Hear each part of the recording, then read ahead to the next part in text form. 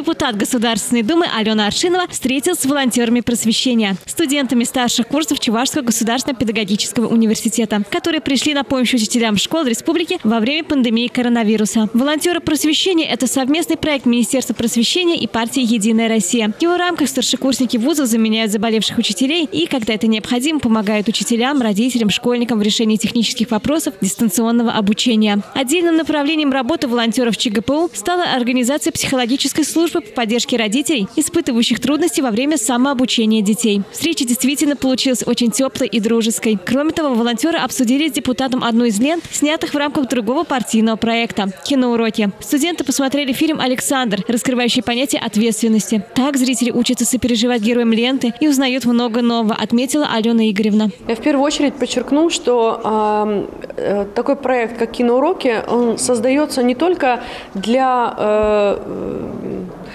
просто для просмотра.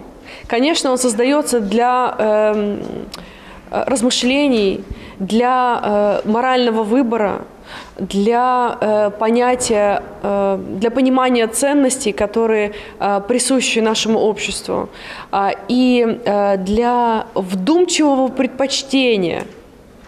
Вот свойственно молодому человеку это или нет? Почему мы вообще задаем эти вопросы? То есть это выбор, моральный выбор. И, конечно, для нас очень важно, чтобы был к такому диалогу, например, после просмотра этого фильма, готов и учитель.